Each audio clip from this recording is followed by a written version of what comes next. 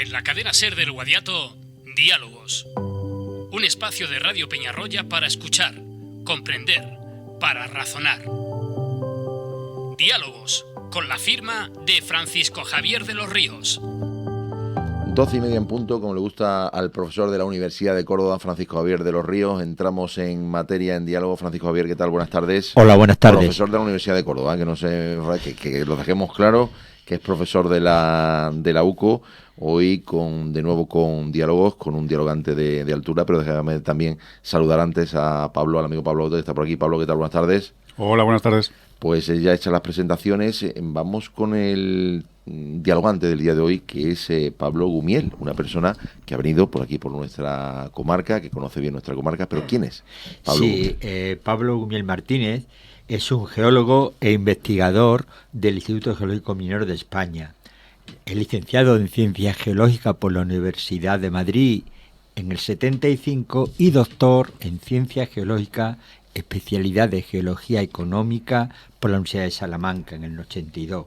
Su experiencia profesional ha sido investigador titular de organismos públicos de investigación del Ministerio de Ciencia e Innovación, ha prestado su servicio en la Dirección de Recursos Minerales, como he comentado, del Instituto Geológico Minero de España, más de 38 años, profesor asociado del Departamento de Geología de la Universidad de Alcalá de Henares, hasta el 2014, que se jubiló, y sigue siendo profesor invitado del Máster Oficial de Recursos Geológicos e Ingeniería Geológica en la Universidad de Oviedo, en un módulo que lleva de modelización de recursos minerales.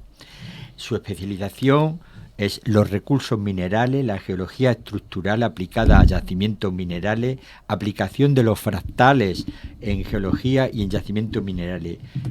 Como experiencia tiene más de 100 proyectos de investigación minera en el macizo Varisco español. Su principal área de investigación es el control estructural de yacimientos. Es autor de más de 120 publicaciones científicas sobre geología y exploración de recursos naturales publicadas en revistas de índice de citas científicas.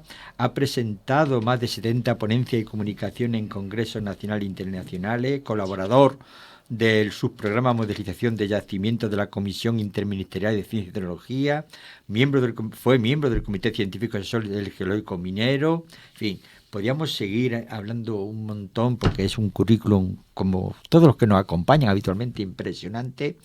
Voy a centrar un poquillo más en su trabajo sobre aplicación de los fractales al estudio de la geometría de redes de fractura y de los yacimientos minerales tipo filoniano, y aplicación de los fractales al estudio de los procesos de conectividad y la percolarización de redes de fractura.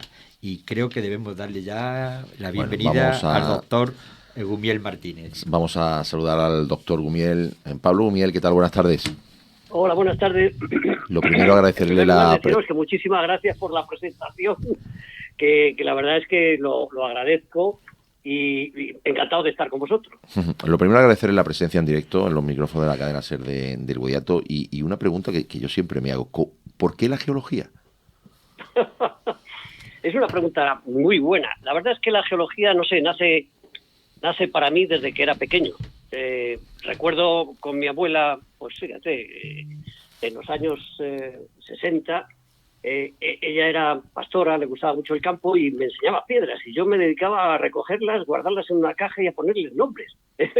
Me viene desde niño, la verdad es que es eso. Y lo llevo en la sangre. Bueno, buenos días, doctor Pablo Gumiel.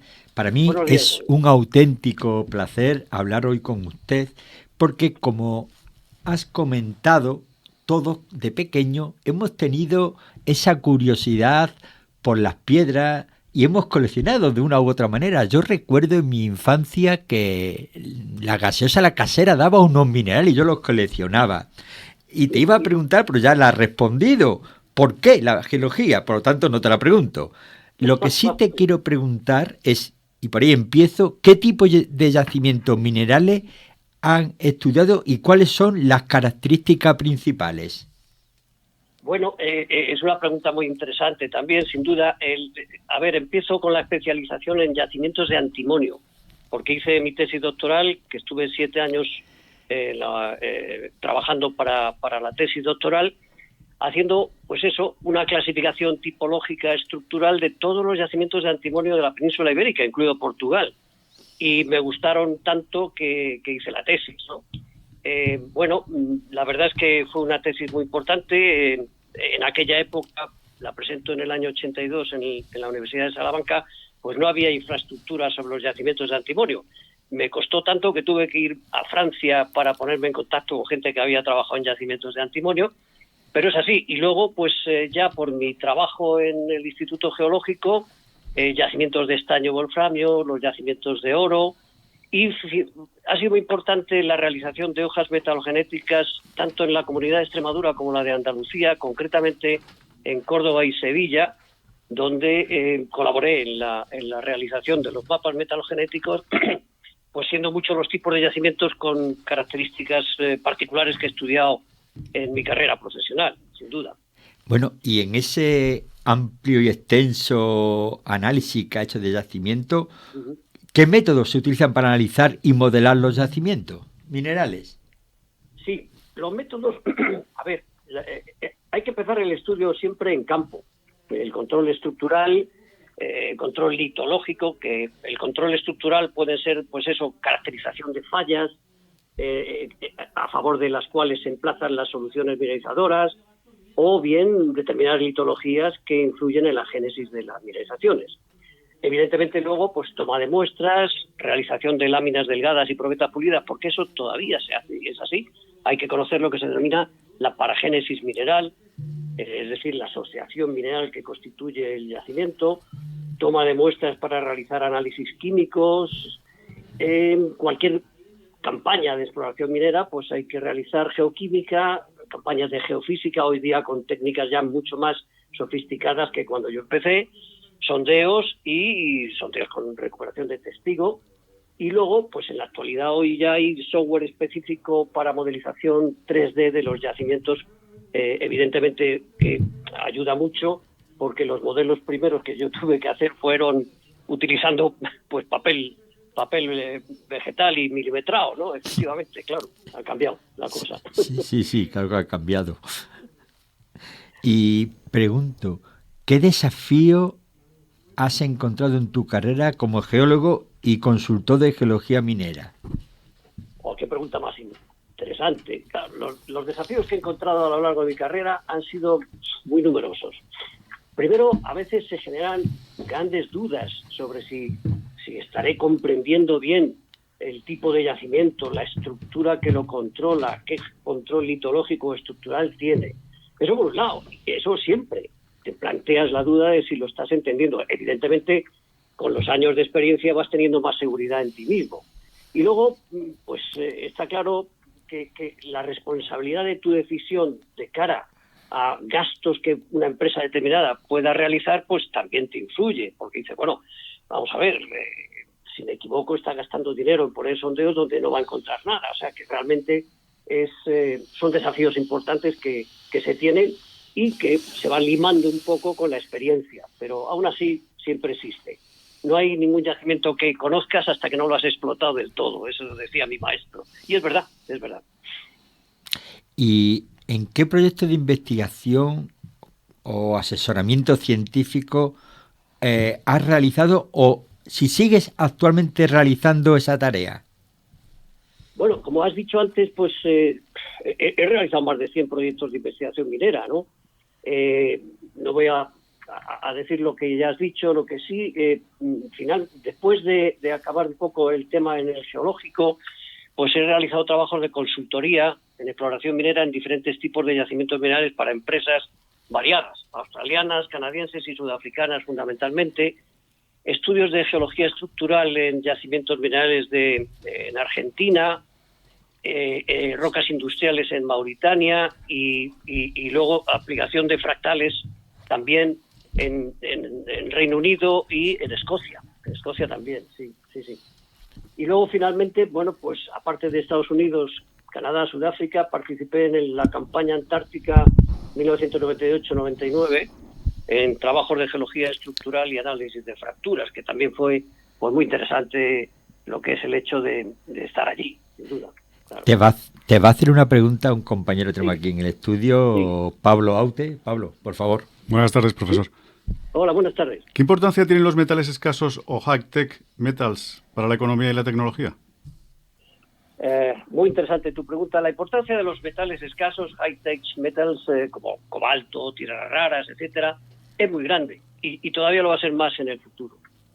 Debido a que la demanda de estos minerales cada vez va creciendo más.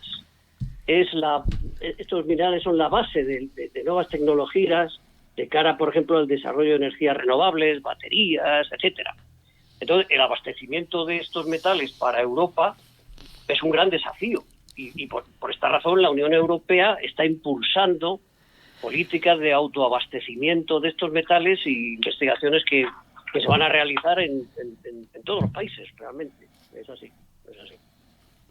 ¿Qué opinión tiene Claro, sobre el impacto ambiental de la explotación de los recursos minerales? Sí. El precio de estos metales es muy elevado. Sí. ¿Qué opinión tiene sobre el impacto ambiental de la explotación de los recursos minerales? Vamos a ver, es otra pregunta también muy interesante. El impacto ambiental que tenía la explotación de recursos minerales hace años, pues era muy grande. No se cuidaban temas ambientales. Hoy día, y esto sí lo digo, se tiende a minimizar, ya que en cualquier explotación minera hay que cumplir con muy importantes normativas ambientales, de procesado, de almacenamiento de residuos, y hay un importante control en la actualidad para que se cumpla esta normativa, y de hecho tiene que cumplirse. ¿Es así? Bueno, voy a finalizar con este tipo de preguntas más genéricas, con una, y es ¿qué consejo le daría a alguien que quisiera dedicarse a la geología o a la minería? Bueno, pues si soy yo quien debe dar algún consejo, el principal consejo que le daré, si a alguien le gusta, tiene que hacerlo por encima de todo. Esto está claro. Hoy día la tecnología pues ayuda considerablemente a la investigación de yacimientos minerales. Por ejemplo, el uso de drones.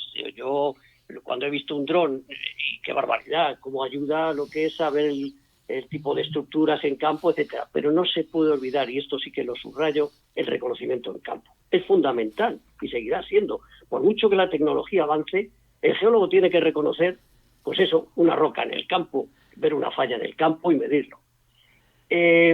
En España, pues si no hubiera posibilidades en un futuro de ejercer la profesión, no tendría ningún problema que esta persona se marchara a países como Australia y Sudáfrica, que tienen un potencial tremendo en yacimientos. Pero vamos, yo haría todo lo posible por quedarme en mi país haciendo lo que me gusta, sin duda. Sí, voy a hacer otra pregunta porque me ha venido a la mente. Hace no mucho, no sé, un par de meses o 3, saltó en la prensa el potencial mineralógico de un cuerpo celeste, el Fichte, en el circuito, en el cinturón de Júpiter, con una estimación de más de 10.000 billones de dólares. Bueno, en Europa, como los billones son 1.000 millones, serían 10 billones de dólares. Parece ser un núcleo de un antiguo planeta. Ante esto, ¿qué expectativas geológico-mineras abren los recursos extraterrestres? Bueno, es una pregunta tremendamente difícil de contestar, pero sin duda voy a decirte que es enorme. Es decir, el potencial, de hecho, tiene que ser así. Es decir, por ejemplo, si nosotros todavía no conocemos el potencial total que tenemos en nuestro planeta, en las diferentes capas, desde la corteza al manto y al núcleo, pues imaginemos lo que puede haber concretamente el que mencionas, el asteroide, y lo que puede haber en los propios meteoritos, que tienen critical raw materials, ¿no?, con cobalto, níquel. Entonces, sin lugar a dudas, los recursos extraterrestres serán una opción muy importante, pero en el futuro, más lejano todavía. Sí. Sí, claro, el futuro. Pero bueno, decían que era para el 2026 cuando llegaba una nave que habían lanzado desde la NASA para analizar este cuerpo celeste. Ya veremos lo que nos depara. Ya veremos lo que depara, claro. Quiero cambiar un poquillo y centrarme en una de sus labores de investigación, para mí más interesante, que es el tema de fractales. Usted participó en el proyecto Fractales y Geología, que se desarrolló entre el 98 y 2001. Hubo varios países, además. ¿Esa colaboración sigue existiendo entre países o ya va cada uno por su cuenta? No, eso se paró, esa colaboración se paró. Pero sí, la pregunta efectivamente, vamos a ver, ¿quiere que le comente algo de los fractales? Claro que sí. Bien, pues vamos a ver. Sí. Para la gente que nos escucha, ¿podía dar lo primero qué es un fractal? Una cosa, en una forma muy de pincelada. Sí, de pincelada, aunque he hecho de menos, por ejemplo, ahora mismo un monitor con mis presentaciones para verlo, pero sí, efectivamente, un fractal, la naturaleza de un fractal queda reflejado simplemente en el significado de su nombre. Fractal, del latín fractus, significa irregular o fragmentado.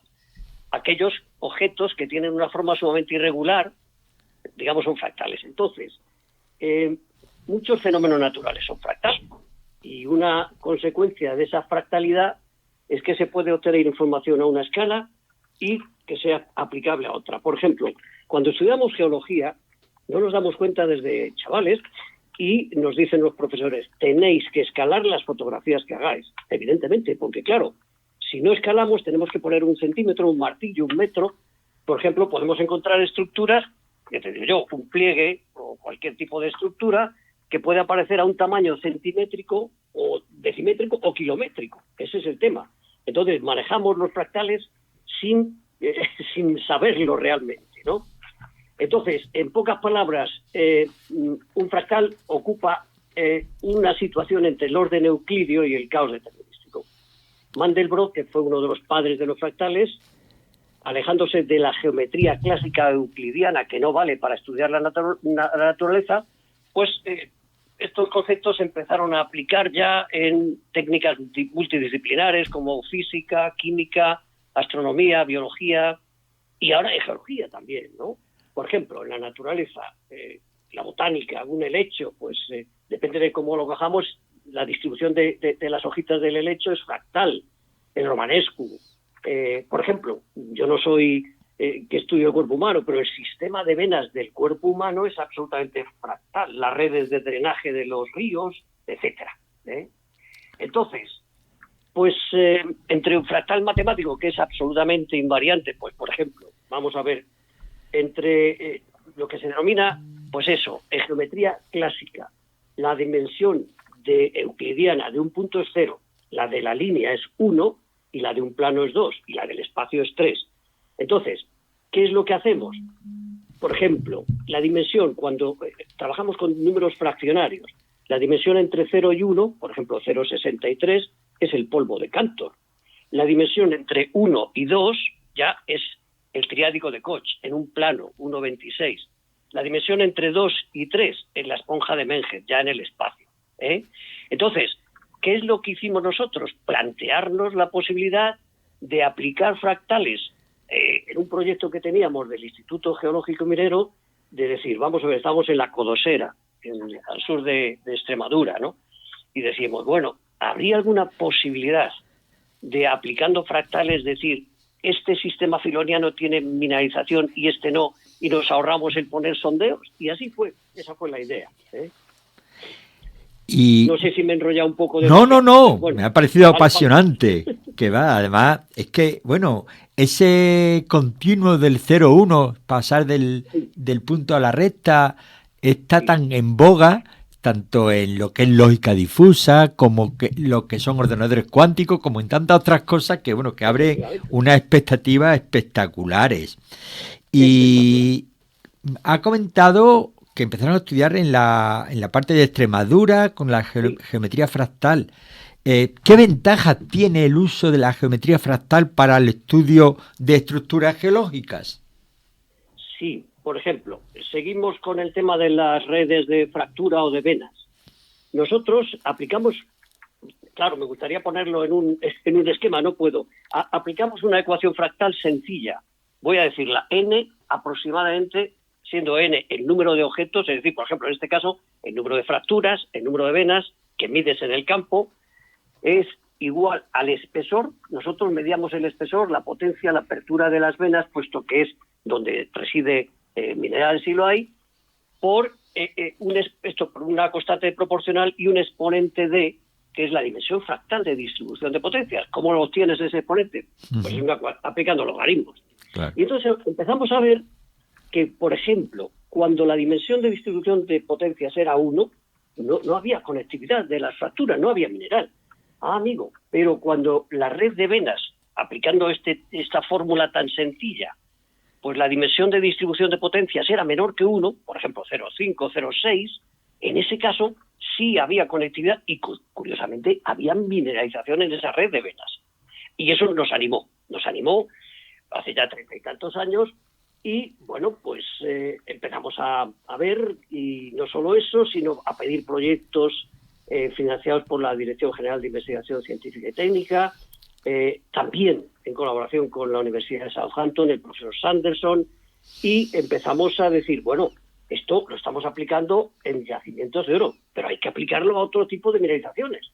Y empezamos a, bueno, pues aplicarlo en yacimientos de estaño y wolframio, yacimientos de plomo-zinc en varias áreas del macizo esférico, en España, en Portugal, en el Reino Unido, y finalmente lo hemos aplicado en Escocia también. Y esta ha sido la idea.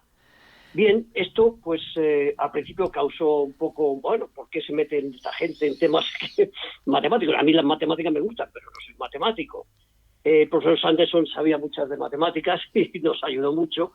Pero lo que sí fue esta idea pionera, pues tuvo una excelente acogida en la comunidad científica. Y hoy día, Javier, pues hay muchísima gente que está trabajando en fractales, pero ya no solamente en geología. En geología los chinos trabajan mucho y en muchas ramas, porque yo creo que da mucho de sí y puede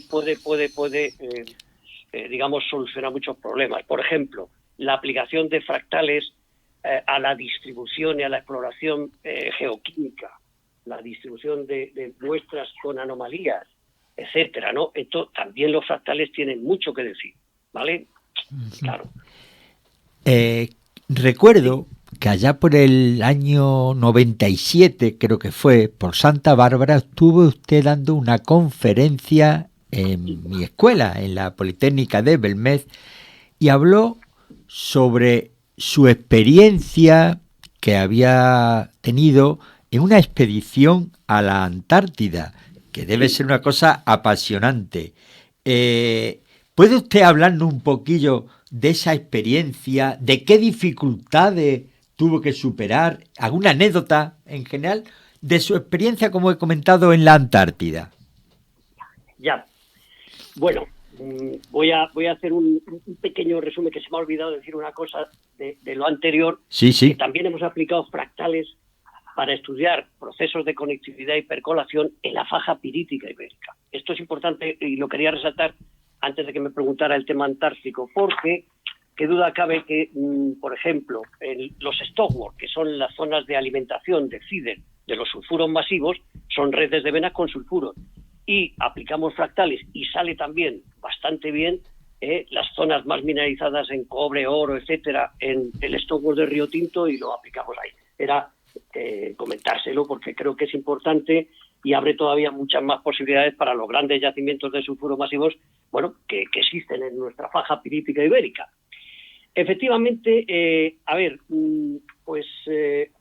proyecto antártico fue un proyecto que llevó sobre todo la Universidad Autónoma de Madrid, y vamos a ver, es un proyecto que se llamaba aproximación fractal, aplicación de los fractales al estudio de la organización geométrica de grupos filonianos en la isla de Livingstone, en la Antártida Occidental. A ver, fue un trabajo muy específico de comprobación de sistemas filonianos para demostrar que efectivamente estos sistemas filonianos son análogos a los que existen en otros continentes, y también aplicamos un poco de fractales y tensores de esfuerzo para hacer un trabajo muy interesante con otros colegas de la Universidad Autónoma de Madrid, Jorge Giner, José Manuel González Casado, que en paz descanse, y aplicamos al estudio de la placa de la Scotia Plate, la placa de Escocia, que está situada al norte de la Antártida y al sur de América del Sur. Entonces, de lo que preguntaba, pues efectivamente, dificultades, riesgos, pues todos. Vamos a ver, el caminar por un glaciar siempre implica un cierto riesgo. Hay que mirar cuidado, hay que llevar mucho cuidado con las fracturas que se ven, hay que ponerse crampones a veces por zonas de hielo, o sea que es complicado. Luego hay una cosa que no se me olvidará, dormir en tiendas de campaña, pues es muy interesante, pero cuando había vientos catabáticos, que son clásicos de la Antártida, con más de 100 y pico kilómetros por hora, pues la verdad es que piensas, ¿aguantará esto? Y luego hay un riesgo, vamos, que lo guardo con mucho cariño, que fue el paso del Drake. El Drake en el buque Hespérides fue muy duro. La verdad es que era muy frecuente estar varios días mareados, toda la tripulación, y eso que íbamos con expertos de una tripulación muy experta, que era la que llevaba el Hespérides, pero fue un recuerdo apasionante, la verdad. Sí, la verdad es que es apasionante todo lo que rodea a ese continente helado de la Antártida y además, como bien has comentado, con unos vientos que son impresionantes. Ha hecho referencia al Hespérides. El primer dialogante que tuvimos hace ya 4 temporadas, hasta la 4ª, fue precisamente el que era comandante del Hespérides con más de 13 expediciones a la Antártida, el doctor don Manuel Catalán Pérez de Urquiola. Y hablando con él en varias ocasiones, me comentaba lo difícil que es todo lo que rodea allí a la zona antártida.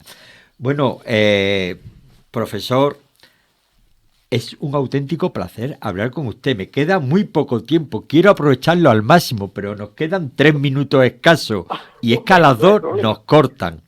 Se me están quedando en el tintero un montón de preguntas, lo cual me da pie para poderle invitar, si lo tiene a bien, en otra ocasión, a seguir dialogando en este programa.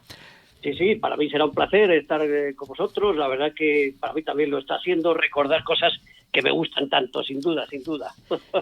No hay problema. Le voy a hacer una última pregunta porque, insisto, no tenemos mucho más tiempo. ¿Juega la tectónica de placas algún papel en la formación y evolución de las estructuras geológicas fractales? Sí, a ver, la tectónica de placas controla todo. Es curioso porque yo ya, como soy más mayor, yo acabé la carrera pues en el 75, me encontré con profesores que no creían todos en la tectónica de placas. Y bueno, de hecho, la escuela rusa pues solamente pensaba en movimientos en la vertical, epidogénicos, ¿no? Entonces, claro, la tectónica de placas hoy está absolutamente comprobada y la tectónica de placas influye en todos los procesos geológicos y a todas las escalas, está claro. Lo que pasa es que efectivamente es otra escala de trabajo, porque la tectónica de placas es a la gran escala, pero cuando nosotros estamos trabajando en un yacimiento mineral, hay que pensar que comparado con una placa o con una tectónica de placas, pues es un sitio pequeño, aunque se concentre mucho en metales, pero efectivamente es un sitio pequeño. Pero sin duda, la tectónica de placas influye en toda la evolución del planeta. Pues nos queda escasamente 1 minuto, por lo tanto, simplemente despedirle, darle las gracias por su participación y sí, espero poder contar con usted en otra ocasión porque me ha parecido muy interesante las reflexiones que ha hecho aquí. Muchísimas gracias, profesor Pablo. Muchísimas gracias a ustedes y gracias también por las preguntas que estaban perfectamente diseñadas. Muchas gracias, será un placer volver. Bueno, pues nos despedimos de este programa de diálogo hasta dentro de un par de semanas. Hoy por hoy, Cadena SER.